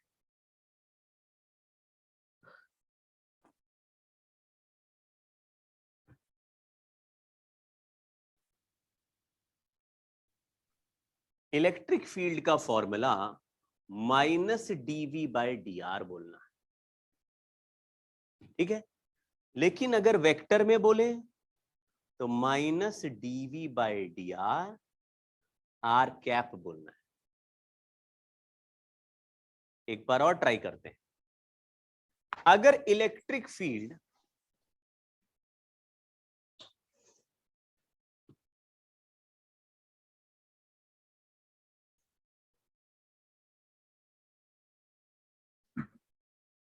यहां पे पहले इस सवाल को सॉल्व करते, बताओ इलेक्ट्रिक फील्ड है, डिफरेंशिएशन करना है किसका, के बाय आर का, किसके साथ, आर के साथ, बाहर माइनस है और आर कैप और लगाएंगे। बताओ 1 बाय आर यानी आर का पावर -1 है, इसका डिफरेंशिएशन करना है मुझे, क्या आंसर आएगा? -1 by r square। हाँ, क्योंकि -1 आर का पावर -2 ऐसे हो जाएगा। तो k कांस्टेंट है, उसको बाहर रहने दो, -1 आया, माइनस इंटीग्रेशन, इसमें डिफरेंशिएशन में भी बाहर है, तो plus k by r square r cap. R cap का रिजल्ट लिखने के लिए वेक्टर अपॉन मैग्नीट्यूड करते हैं, ऐसा सुना है? Yes Yes, sir. sir. Yes, तो sir. यहाँ आंसर लिख रहा हूं अभी मैं। आर कैप का देखो वैल्यू क्या दिया, कितना दिया है, समझ में आ रहा है? मतलब आर का वैल्यू दिया, vector r is equal to 2i cap plus 3j cap plus 6k cap. तो इसका मैग्नीट्यूड कितना होगा बताओ? 4 plus 9 plus 36. कितना हुआ ये? 49. करूँ 7 हुआ कि नहीं? Yes. Yes, sir. Yes, sir. Electric field का आंसर चल रहा है k बाय 7 का स्क्वायर, कोई समझा? जी सर। आगे लिखा आर कैप, आर कैप के लिए लिखेंगे 2i plus 3j plus 6k upon 7, ये समझे? Yes sir. Yes Yes, sir. sir. Vector divided by magnitude करा तो आर कैप हो गया। अब ये तीनों मल्टीप्लाई हो गया, आपको इसका रिजल्ट याद होगा 343, ये सब में क्या लिखा है, 343 लिखा है। तो k bye 343 2i plus 3j plus 6k, ये इलेक्ट्रिक फील्ड वेक्टर फॉर्म में आ गया। बी बी आंसर सही है, ठीक है। तो जनरल बात लिखो, इफ पोटेंशियल दिया है x y और z का फंक्शन, पोटेंशियल जैसे यहाँ पे पोटेंशियल किसका फंक्शन है, R. r का, तो किसके रिस्पेक्ट में डिफरेंशिएट हो गया, DR. DR. r के रिस्पेक्ट में डिफरेंशिएट हुआ और उसी का डायरेक्शन लगा दिया r कैप। यहाँ पे अगर x y z तीनों के फंक्शन इसमें मिक्स हो तो इलेक्ट्रिक फील्ड का आंसर निकालने के लिए माइनस लगाओ, माइनस डेफिनेशन में ही है, यहाँ माइनस डेफिनेशन, माइनस लगाओ, बाद में डिफरेंशिएट करो।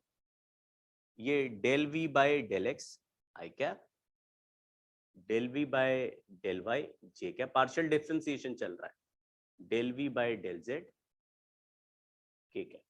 पार्शियल डिफरेंशिएशन का मतलब होता है कि जब आप x के रिस्पेक्ट में डिफरेंशिएट करेंगे तो x को वेरिएबल मानेंगे और y और z बाकी टर्म्स को क्या मानेंगे, कांस्टेंट। कांस्टेंट मानेंगे, ठीक है। तो ऐसे देखा, मैं एक एग्जांपल और आगे दिखता है उसको करता हूं। ये देखिए यहाँ पे इलेक्ट्रिक, ये जो पोटेंशियल का फंक्शन दिया वो कैसा दिया है, एक्स और वाई एक्स और वाई दोनों Variable है. वेरिएबल है, और उसमें भी कौन कौन सा वेरिएबल है, एक्स और वाई। ऐसा है। अब पूछा जी है सर। इलेक्ट्रिक फील्ड बताओ 1, -2, 0 पे, यहाँ इलेक्ट्रिक फील्ड बताना। तो मैंने अभी क्या बोला कि इलेक्ट्रिक फील्ड निकालेंगे तो पहले माइनस लगाओ और इसको 2 बार डिफरेंशिएट करो, एक बार किसके रिस्पेक्ट में करो, डेल एक्स X के एक्स के रिस्पेक्ट में करो, और जो आंसर आया उसमें क्या लगाओ, I I cap. I cap. फिर इसी को तुम किसके रिस्पेक्ट में डिफरेंशिएट करो, Y. वाई, और जे कैप लगाओ। जेड के रिस्पेक्ट में क्यों नहीं कर रहे डिफरेंशिएट इसको, क्योंकि उसका फंक्शन नहीं है। क्योंकि जेड है ही नहीं, तो डिफरेंशिएट करो 0 ही आ जाएगा ना, समझ गए क्या?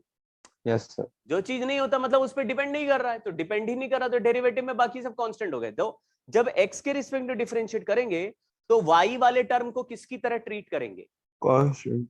कांस्टेंट की तरह, और y में डिफरेंशिएट करेंगे तो x वाले टर्म को कांस्टेंट की तरह। चलिए अब मैं लिख रहा हूं माइनस, इसका डिफरेंशिएशन कितना होगा बताओ x के रिस्पेक्ट में?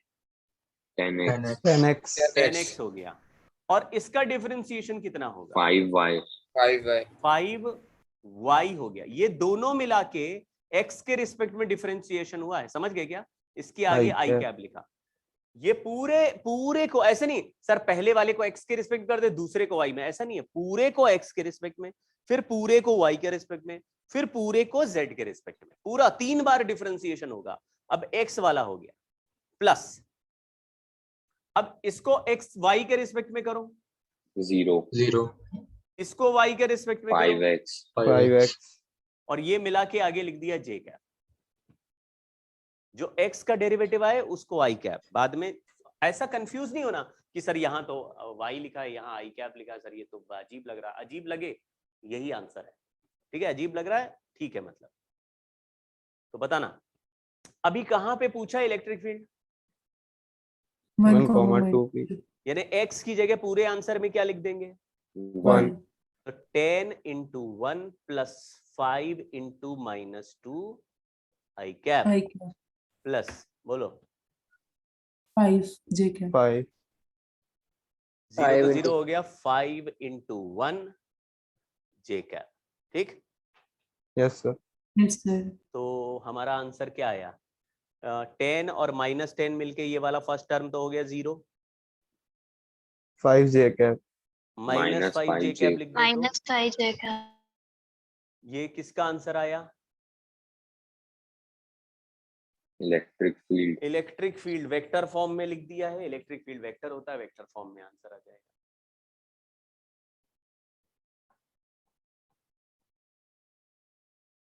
पोटेंशियल का फंक्शन दिया है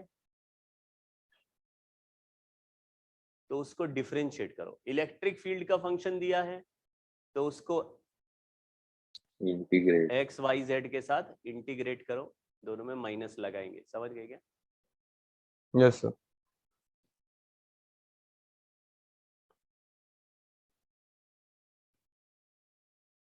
इंपॉर्टेंट पॉइंट्स हमने लिख दिए हैं पहले से ही, तो वो अभी उसको रिवाइज कर लेते हैं।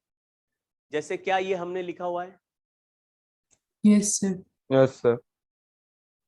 एक टर्म इसमें और है, if dr is along if delta v is negative यानी v decreases as we move along external electric field। समझ गए क्या? Yes sir. ये हमारा इलेक्ट्रिक फील्ड का लाइन चल रहा है। अगर मैं यहाँ पॉइंट 1 से पॉइंट 2 चल गया तो फिर हाँ, ये रहा, अरे तो v1 ग्रेटर देन v2, बड़ा छोटू से लिखा है, ये समझ में आ रहा है आपको? Yes sir. पॉइंट नंबर 1 यहाँ पे है, पॉइंट नंबर 2 यहाँ है, और we are moving from along electric field. Electric field right में है, हम भी राइट में मूव कर रहे हैं, तो हमारा जो पोटेंशियल है वो डिक्रीज करेगा। v1 बड़ा दिखेगा, v2 छोटा। ये भी पढ़ा है हमने। Yes sir. ये भी पढ़ लिया है। yes sir यहाँ पे उल्टा लिख दिया है। इक्विपोटेंशियल सरफेस भी वैसे पढ़ लिया है, लेकिन एक पॉइंट और लिख लेते हैं, 5वां पॉइंट, कि अगर कहीं पर if electric field is 0 anywhere तो वहां भी पोटेंशियल डिफरेंस का वैल्यू 0 हो जाएगा और पोटेंशियल का वैल्यू कांस्टेंट हो जाएगा। कई लोगों के मन में ऐसा विचार आता है कि सर फील्ड से पोटेंशियल बन रहा है। नहीं, फील्ड से पोटेंशियल बन नहीं रहा, फील्ड से पोटेंशियल बदल रहा है। फील्ड से पोटेंशियल बदल रहा है। तो जैसे इस रूम में मान लो फील्ड लाइन नीचे नीचे की तरफ ऐसे है, तो मतलब ऊपर से नीचे आने पे पोटेंशियल घट जाएगा, नीचे से ऊपर जाने पे पोटेंशियल बढ़ जाएगा। परपेंडिकुलर चलेंगे तो पोटेंशियल कांस्टेंट रहेगा। लेकिन पोटेंशियल फील्ड की वजह से बनता नहीं है, पोटेंशियल फील्ड की वजह से चेंज होता है, बदलता है।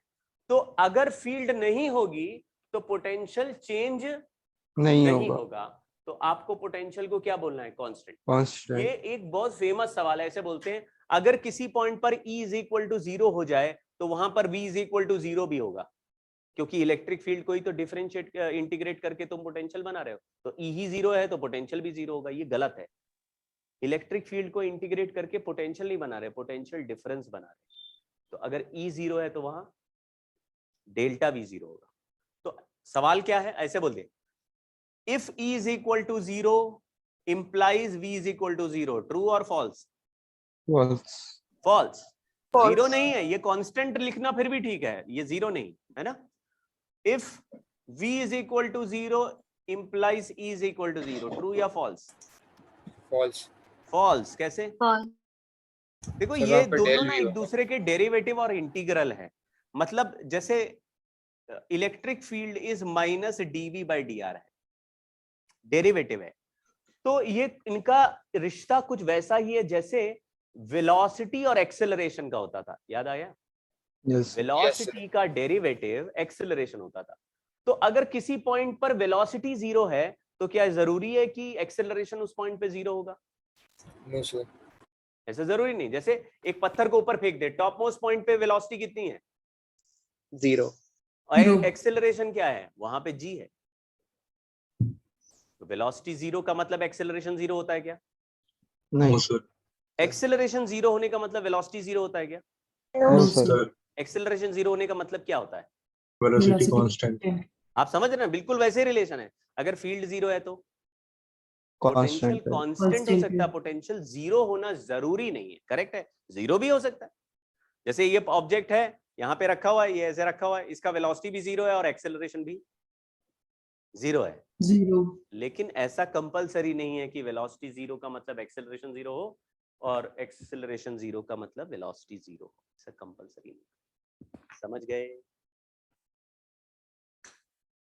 चलिए, ये भी हमने पढ़ लिया है, इसलिए इसको ज्यादा समझने की जरूरत नहीं। Locus of all points having equal potential is called equipotential surface. कितना भयंकर डेफिनेशन है। Electric field is always perpendicular to equipotential surface. ये समझ में आया? Yes, Yes, sir. sir. हाँ।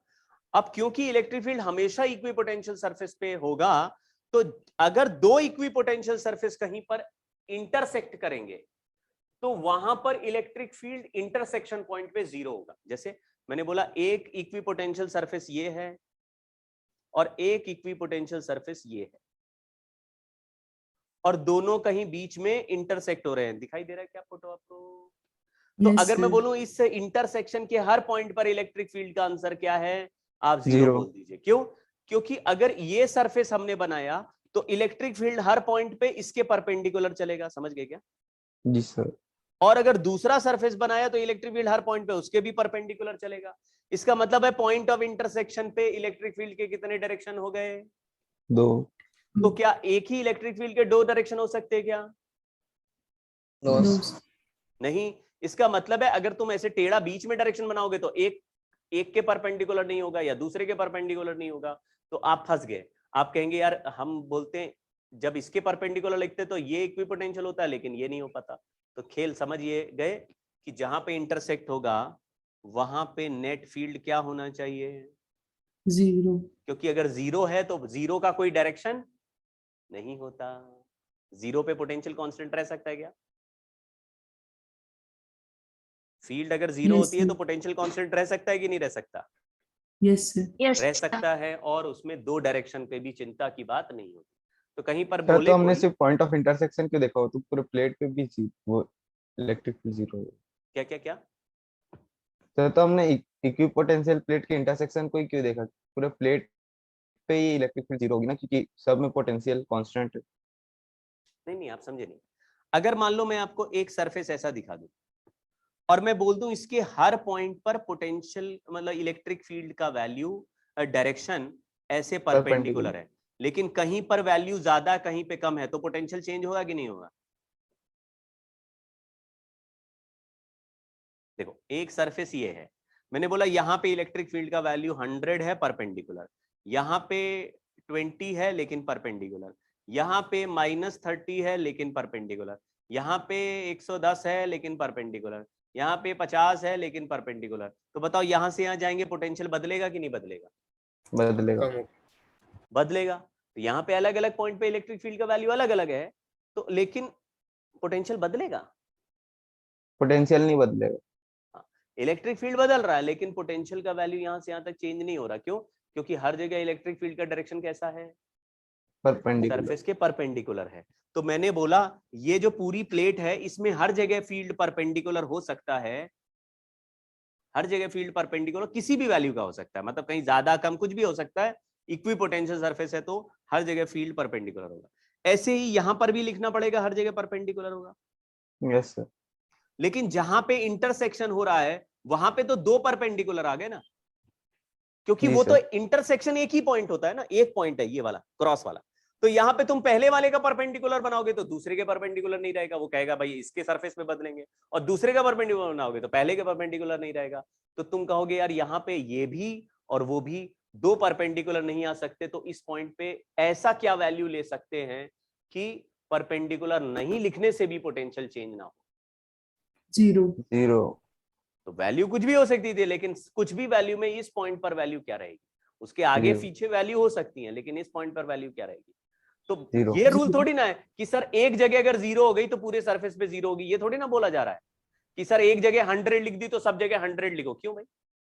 कि सर पोटेंशियल तो चेंज नहीं हो रहा। अबे तो पोटेंशियल चेंज ना, फील्ड तो चेंज हो सकती है। Yes sir. तो point of intersection of two equipotential surfaces is point of zero field. Zero. समझ गए? एक ही बहुत ही खतरनाक सवाल इस लॉजिक पर बेस्ड है। ये देखिए कुछ इक्विपोटेंशियल सरफेस के शेप बने हुए हैं। तो ये पॉइंट चार्ज का एग्जांपल अगर ले तो उस पे इक्विपोटेंशियल किस शेप के सरफेस बनेंगे?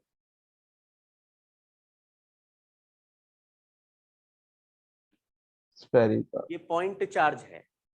Yes sir. पॉइंट चार्ज के इलेक्ट्रिक फील्ड का डायरेक्शन किधर होता है? ऐसे रेडियली आउटवर्ड होता है कि नहीं? टुवर्ड और अवे। ऐसे रेडियस के अलोंग होता है कि नहीं होता? Yes sir. Yes sir. तो रेडियस पे परपेंडिकुलर ड्रॉप करोगे तो सारे परपेंडिकुलर मिला के कैसा शेप बनेगा? गॉसियन सरफेस जैसा दिखेगा आपको शेप। Yes sir. तो अगर ये एक स्फीयर यहां से r1 डिस्टेंस पे है तो इस स्फीयर का हर पॉइंट चार्ज से r1 डिस्टेंस पे हो गया। तो पूरे हर एक जगह का पोटेंशियल अगर kq/r1 है, यहाँ भी kq/r1, ये भी kq/r1, यानी कि एक स्फीयर बनाएंगे तो हर पॉइंट बराबर डिस्टेंस पे दिखेगा तो सबका पोटेंशियल भी सेम मिलेगा। तो अगर कोई बोलता है पॉइंट चार्ज के अराउंड किस शेप के इक्विपोटेंशियल सरफेस बन सकते हैं? Spherical. स्फेरिकल। Spherical. ऐसे ही लाइन चार्ज अगर हो या सिलेंडर हो या लॉन्ग रॉड हो तो इक्विपोटेंशियल सरफेस का शेप क्या होगा? Cylinder. बहुत Cylinder. बढ़िया। अरे सीरी जाग गई। ये देखो ये लाइन चार्ज है। सर ये तो गॉस लॉ जैसा हुआ। बिल्कुल सही कह रहे हो। गॉस लॉ में सरफेस कौन बनाता था?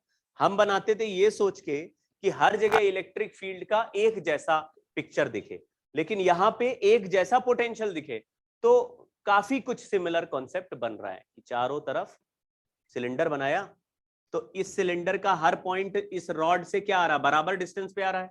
तो रॉड अगर एक पॉइंट पे पोटेंशियल V1 बनाएगा तो सब जगह V1 ही बनाना पड़ेगा, क्योंकि डिस्टेंस के हिसाब से पोटेंशियल भी फैलता है जैसे फील्ड फैलता था। करेक्ट है? Yes sir. ये प्लेन है। अगर लाइन फील्ड यूनिफॉर्म हो, तीन केस लिख दिए। अगर यूनिफॉर्म इलेक्ट्रिक फील्ड है तो कैसा सरफेस बोलना है? Plane equipotential. अगर रॉड या इनफाइनाइट सिलेंडर है तो इक्विपोटेंशियल सरफेस का शेप क्या हो जाएगा? सिलेंड्रिकल।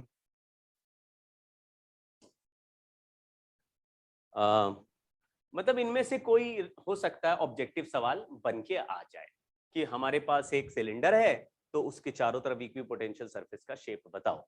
तो सिलेंडर पे सिलेंडर, पॉइंट या स्फीयर पे स्फीयर, और यूनिफॉर्म इलेक्ट्रिक फील्ड में प्लेनर। एक एग्जांपल करते हैं, पढ़ो। इक्विपोटेंशियल सरफेस के एक दो सवाल कर लेंगे, ज्यादा इंपॉर्टेंट नहीं है। Given figure shows the line of constant potential in a region in which electric field is present. The value of potentials are written. दिख रहे हैं क्या? Yes sir. Yes yes sir. अच्छा, आपको इस फोटो में ऐसा लग रहा होगा कि जब हम ए पॉइंट पर देखें, ए पॉइंट पर, तो ए पॉइंट दो लाइंस के बीच में है, जिसमें एक लाइन पर 40 वोल्ट लिखा है और दूसरे पर 30 वोल्ट लिखा है। कुछ समझ में आ रहा है क्या? यस यस सर यस अगर सर। मैं यहां ऐसे 3-4 पॉइंट्स बना दूं, पहला पॉइंट है 1, फिर 2, फिर 3, फिर 4, तो ए पॉइंट को क्रॉस करने के लिए मुझे किन दो पॉइंट्स के बीच में ट्रैवल करना पड़ेगा? 1 और 2 तो आपको आंसर इलेक्ट्रिक फील्ड का लिखना है -dV/dr। केवल वैल्यू पूछा है तो मॉड लगा सकते हैं, माइनस भी गायब हो जाएगा। चलिए बताइए, 1 से 2 जाते हुए पोटेंशियल का वैल्यू कितना चेंज हो रहा है? 10 10 तो dV का वैल्यू तो 10 है, और यहां पे dr का वैल्यू, ये 1 से 2 के बीच का गैप है, समझ गए क्या? 1 से 2 के बीच का गैप, तो मैंने उसको मान लो डेल्टा x1 लिख दिया। तो अब फिर अगर b पे निकालेंगे तो ये a के लिए हो गया। मान लो b के लिए लिखें तो यही आंसर 10/डेल्टा x2 हो जाएगा, और c के लिए वैल्यू निकाले तो 10/डेल्टा x3 हो डेल्टा जाएगा। x3 मुझे बताओ, कौन पोटेंशियल डिफरेंस वाइज देखे तो 40 to 30 है, 30 to 20 है, 20 to 10, मतलब 20 to 10 है, तो यहां पर भी 10 वोल्ट का, ये भी 10 वोल्ट, लेकिन किसका गैप सबसे ज्यादा है? नहीं है सर डेल्टा ए का x1 गैप का सबसे ज्यादा होगा, ज्यादा तो डिनोमिनेटर में सबसे ज्यादा नंबर लिखना पड़ेगा। और सबसे कम गैप किसका दिख रहा है? सी का सी पर। तो क्या ऐसे लिख सकते हैं कि सी पर इलेक्ट्रिक फील्ड का वैल्यू बी से और बी पर इलेक्ट्रिक फील्ड का वैल्यू ए से ज्यादा होगा? यस यस सर इसका मतलब है जितनी जल्दी पोटेंशियल चेंज होगा उतना स्ट्रॉन्ग इलेक्ट्रिक फील्ड है। याद करो, इलेक्ट्रिक फील्ड का काम पोटेंशियल को बदलना है, तो इलेक्ट्रिक फील्ड पोटेंशियल को बदलता है, लेकिन अगर ज्यादा डिस्प्लेसमेंट पे चेंज कर रहा है तो इलेक्ट्रिक फील्ड वीक है, और जल्दी जल्दी बदल रहा है तो स्ट्रॉन्ग इलेक्ट्रिक फील्ड। तो 1 से 2 गए, पोटेंशियल बदल गया 10 वोल्ट, 2 से 3 गए तो फिर से 10 वोल्ट, और 3 से 4 गए तो 10 वोल्ट, लेकिन ये 10 वोल्ट फटाफट चेंज हुआ, मतलब बहुत कम Yes, गैप sir. में चेंज हो गया, स्ट्रॉन्गर इलेक्ट्रिक फील्ड। यहाँ पे थोड़ा वीक, यहाँ पे वीकेस्ट। ठीक है, अगर मैं पूछूं what is the direction of electric field when we move from 1 to 2, 2 to 3, 3 to 4, field का डायरेक्शन किधर होगा? राइट में होगा या लेफ्ट में? राइट में। कैसे पता चला? हायर राइट की तरफ बेंड होते जा रही है, नहीं, मतलब राइट की तरफ फील्ड हमेशा हायर से लोअर पोटेंशियल के डायरेक्शन में होता है। आपको याद होगा, फील्ड के डायरेक्शन में चलने से पोटेंशियल घटता है। तो पहली लाइन कितने वोल्ट की है? 40 से 30। वोल्टेज कम हुआ कि बढ़ गया? कम हुआ। कम तो हो फील्ड गया। हमेशा एरो किस तरफ बनाना है? हायर से लोअर लोअर। जैसे अगर इस पॉइंट का पोटेंशियल 20 वोल्ट है और यहाँ का पोटेंशियल 30 वोल्ट है, तो इलेक्ट्रिक फील्ड अगर मैं इनके बीच में एक एरो बनाऊं तो किस तरफ बनाऊंगा? 20 से 30 जाता हुआ या 30 से 30 से 20। 30 से 20 30 से 20। ये इलेक्ट्रिक फील्ड का एरो अगर एक एरो से बनाए तो। यहां पर भी जो एरो बनाएंगे वो ऐसे, और एरो भी लाइन के परपेंडिकुलर बना देंगे अगर A point, B point, C point की बात हो रही है। समझ गए क्या? यस हाँ, क्योंकि इक्विपोटेंशियल लाइन है, मतलब यहाँ पे इलेक्ट्रिक फील्ड इस लाइन के परपेंडिकुलर है, यहां पर भी इस लाइन के परपेंडिकुलर। चलिए, यहां पर भी इस क्वेश्चन में भी इक्विपोटेंशियल सरफेसेस बने हुए या लाइंस बनी हुई है। लिखा हुआ planar parallel equipotential surfaces are shown. याद करो, मैंने अभी बताया था कि अगर प्लेनर सरफेस बने हैं, इसका मतलब इलेक्ट्रिक फील्ड कैसा है? पॉइंट चार्ज का है, सिलेंडर जैसा है, या रॉड का है, या फिर यूनिफॉर्म है? यूनिफॉर्म है। यानी इस पिक्चर में इलेक्ट्रिक फील्ड का आंसर बिल्कुल यूनिफॉर्म चलेगा। अच्छा, इलेक्ट्रिक फील्ड किस डायरेक्शन में बनता है? Perpendicular perpendicular to equipotential surface बनता है, और वो भी किधर से किधर? हायर से लोअर की तरफ या लोअर से हायर? हायर से लोअर। हायर से लोअर। हायर से लोअर। तो अगर मैं यहाँ पे कोई भी लाइन पर परपेंडिकुलर ड्रॉप कर दूं और स्ट्रेट लाइन बना दूं तो सभी पे परपेंडिकुलर हो जाएगा, समझ गए क्या? यस लेकिन सर। वो स्ट्रेट लाइन दो तरह जा सकती, मैंने जैसे ये बोला ये इलेक्ट्रिक फील्ड है या ये इलेक्ट्रिक फील्ड है, बोलो 1 या 2? 2। 2 कैसे पता चला? क्योंकि ये Higher वाला to lower. परपेंडिकुलर Higher से हायर से lower। लोअर लाइन की तरफ आ रहा है, लोअर की तरफ आ रहा है, समझ गए क्या? तो अगर किसी भी पॉइंट पर इलेक्ट्रिक फील्ड बनाना है तो आप उसी प्लेन के परपेंडिकुलर ड्रॉप कर दीजिए। देखो परपेंडिकुलर ड्रॉप कर दिया, और नीचे की तरफ परपेंडिकुलर इसलिए रखा है क्योंकि इलेक्ट्रिक फील्ड हमेशा हायर से Lower. 40 से 30 की तरफ आएगी, 30 से 20 जाएगी, 20 से 10 जाएगी, 10 से ऐसे चलेगी। तो ये इलेक्ट्रिक फील्ड हो गया। अगर ये 37 है तो यहां कितना एंगल है? 53। 53 है। तो इस इलेक्ट्रिक फील्ड का एक्स डायरेक्शन में कंपोनेंट कितना होगा? cos 53। और वाई में? sin 53। ठीक है, एक्स में भी माइनस आई कैप लिखेंगे या प्लस आई कैप? माइनस। Minus और I वाई cap. वाले को? Minus minus j minus cap. A cap. बहुत बढ़िया। अच्छा, ये हमको इलेक्ट्रिक फील्ड का वैल्यू निकालने के लिए, वैल्यू के लिए dv बाई dr लिख देना है। ये कोई समझा क्या? Yes yes sir. दो लाइन के बीच में कितने का पोटेंशियल डिफरेंस है? 10 10 का है। लेकिन दो लाइन के बीच में कितना परपेंडिकुलर गैप है ये निकाल सकते हैं क्या? ये 37 है और ये वाला हॉरिजॉन्टल लाइन ये 2 3 4, मतलब ये हॉरिजॉन्टल गैप 1 मीटर का है। तो एक छोटा सा ट्राइंगल बनाना है जिसमें हॉरिजॉन्टल गैप 1 मीटर का है और ये लेंथ 37, ये एंगल 37 डिग्री है। तो ये वाला लेंथ निकाल सकते क्या? राइट एंगल ट्राइंगल है, बताओ। 1/2। अरे साइन 3/5. 37 बोलो ना बे। 1/2 कब से होने लगा है? सर वो 30 टाइप का दिख रहा था। सर 3/5। दिख रहा तुमको? हाँ, तो हमने 1 sin 37 डेल्टा आर लिख दिया।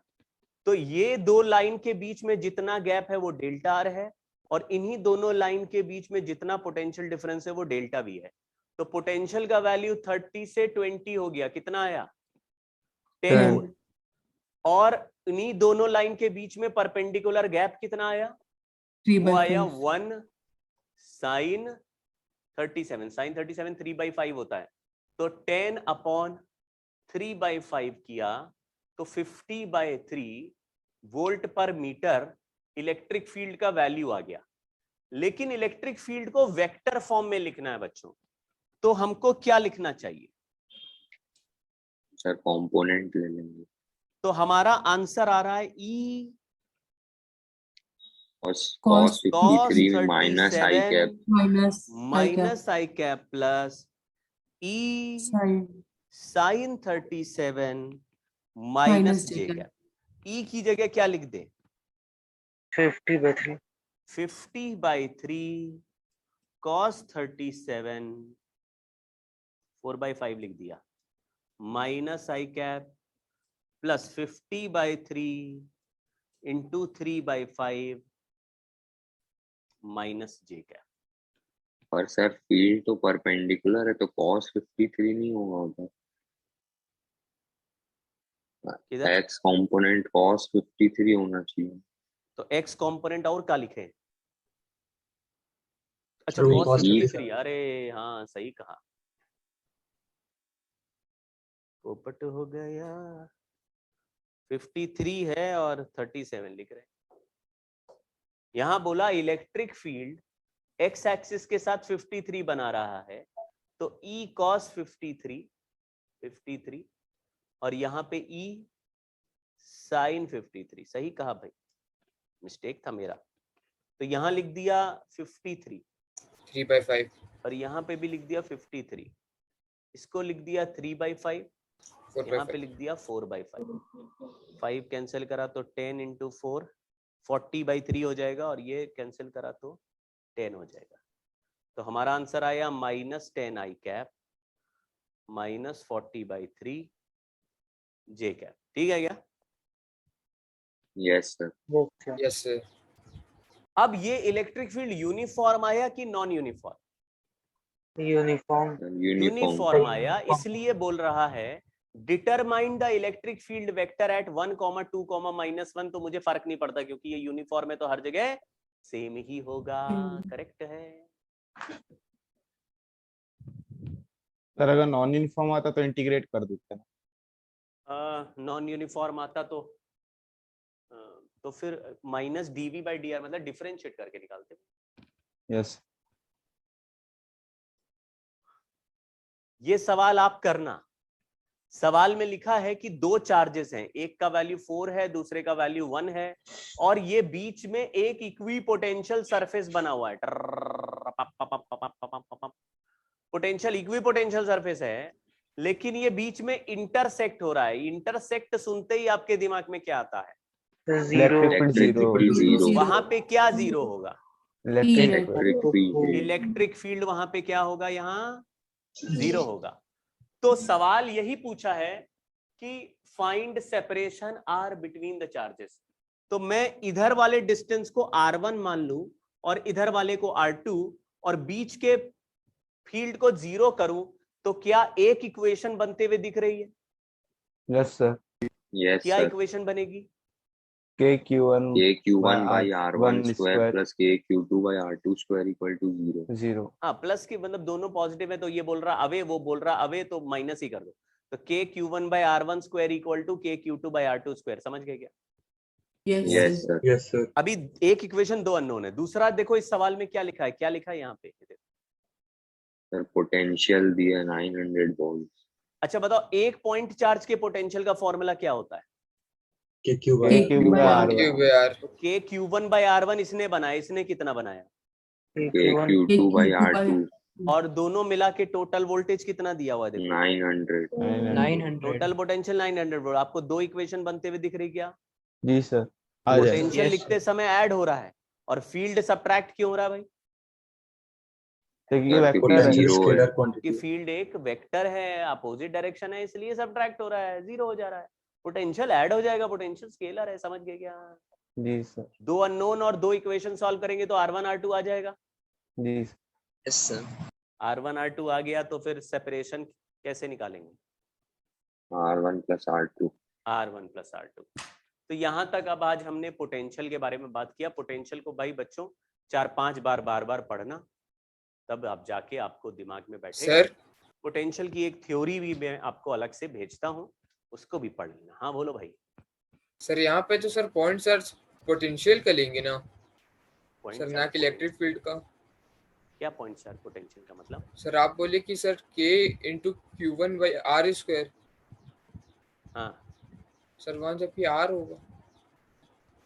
नहीं, यहाँ पे इंटरसेक्शन हो गया दो इक्विपोटेंशियल सरफेस का। ये सुनते ही हमने क्या बोला? इस पॉइंट पर फील्ड जीरो है। जीरो है। जीरो है। किसकी फील्ड जीरो है इस पॉइंट पर? दोनों चार्ज की।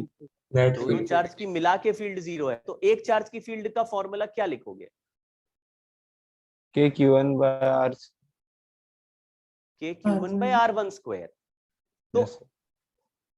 पोटेंशियल लिखना होगा तो पोटेंशियल भी लिखेंगे। पोटेंशियल लिखते समय फॉर्मूला क्या यूज करेंगे? KQ1 by R1 plus KQ2 by R2 equal to और ये मिला के 900। कितने वोल्ट दिया हुआ है? 900।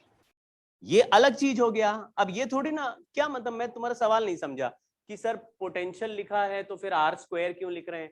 क्योंकि एक बार में फील्ड जीरो कर रहे हैं। फील्ड जीरो करने के लिए हम क्या लिखना पड़ेगा? KQ1 by R1 फील्ड के फॉर्मूले। फील्ड के फॉर्मूले में रेडियस की जगह स्क्वायर, यहाँ स्क्वायर आता है। क्या कह रहे हो? सर क्लियर हो गया। पोटेंशियल में KQ by R आता है, तो अभी फील्ड में KQ by R थोड़ी ना आने लग रहा है। फील्ड पहले से ही वही चल रहा है, KQ by R square. Point charge का सवाल है। आज के लिए इतना ही बच्चों। बाय बाय, नमस्कार। नेक्स्ट क्लास मंडे से होगी ना? मंडे होगी और नॉर्मल टाइम पे ही होगी। नॉर्मल ही होगी, ऑफलाइन ऑनलाइन जैसे होती है। समझ गए? कोई कंफ्यूजन नहीं। Yes sir. हाँ, आज Thank शाम you, को sir. और कल शाम को मेरी क्लास नहीं है। कल शाम को शायद वो होगी, ट्यूटोरियल क्लास होगी। वो दूसरे सर लेंगे, जैसे पहले एक बार मैंने लिया था ना नीट वालों का, जेई वालों का। सर आज वो- तपस सर की क्लास भी दिखा रही है। तापस सर की है वो? यस हाँ, आज तपस्या की क्लास हमारे बैच। हाँ, तो तापस सर की होगी। तो तापस सर लेंगे उसको, ठीक है ना? यस सर, नमस्कार। Thank you sir. Okay. Thank you, sir.